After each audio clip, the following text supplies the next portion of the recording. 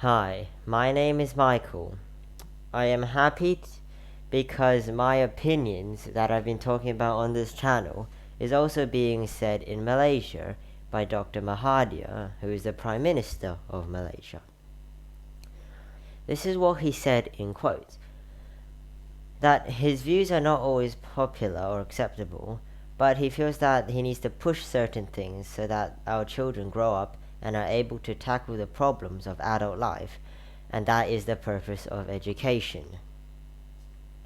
He also said that the technical and vocational education and teaching, also known as TVET, program will be reviewed and realigned to be industry driven. He said that curriculum content is also designed to include elements such as Internet of Things, also known as IoT, encoding, robotics, and big data in primary and secondary school subjects to attract students and facilitate the mastery of knowledge. The reason he calls for this is because of the lack of digital skills causing high youth unemployment.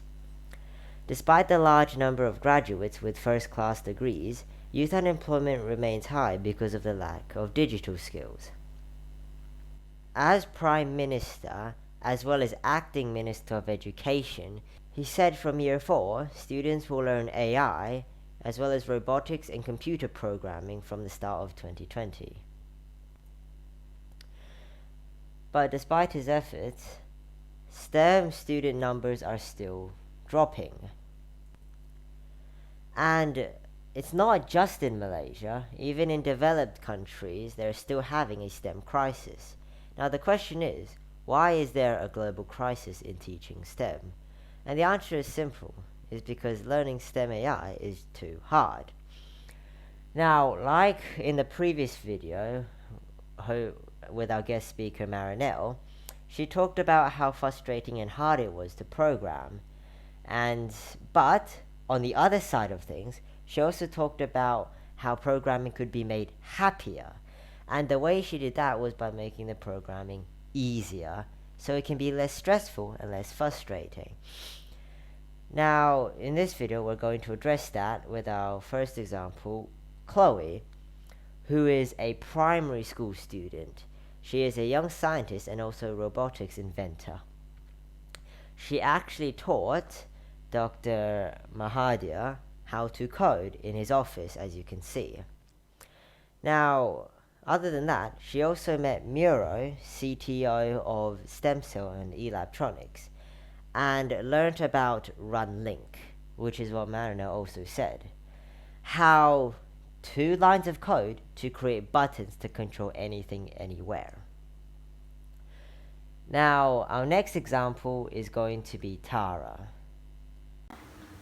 Hello, selamat petang. So our guest, Tara, will talk more about how it could become fun and easier to use. Would you like to say some things about yourself?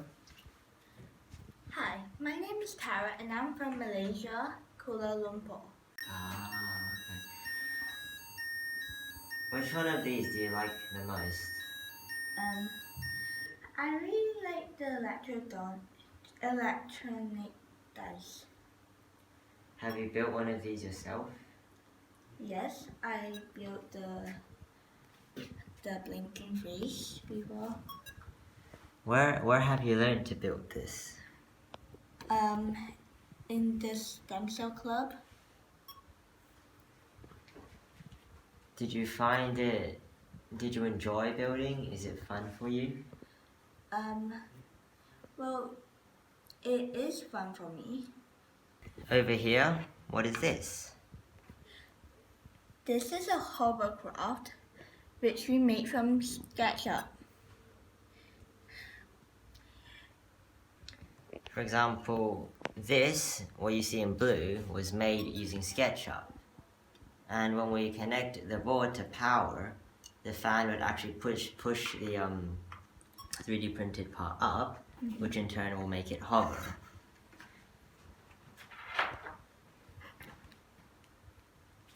So here we have a cable which I'm going to plug into my laptop. And then if I plug it into the stem cell board, there we go.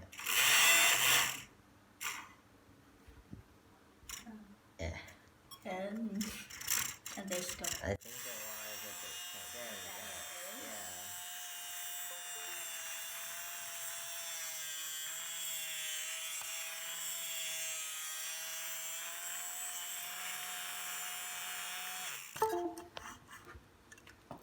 So, what else do you learn here at STEMSEL?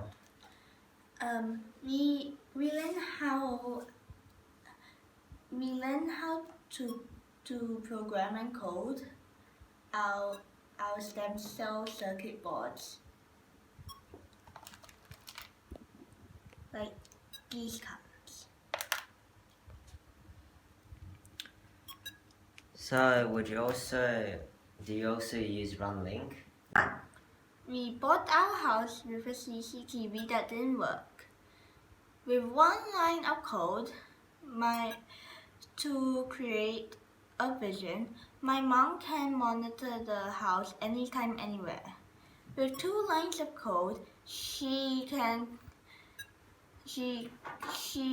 control an alarm and send a direct call to the police.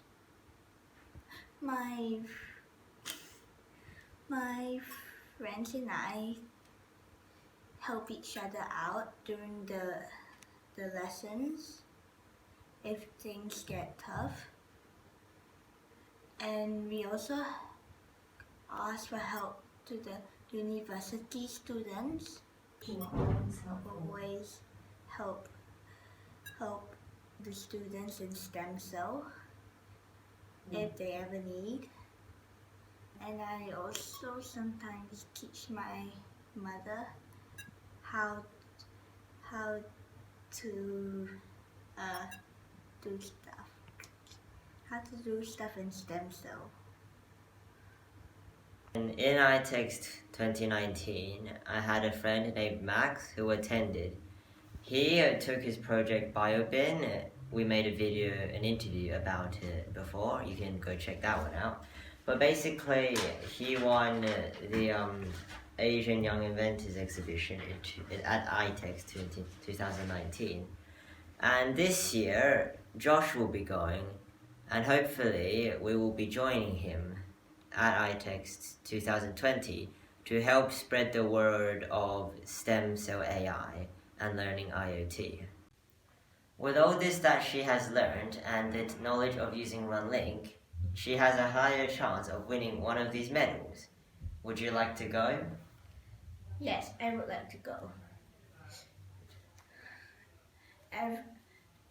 Everyone should give it a go and win one of these medals and trophies.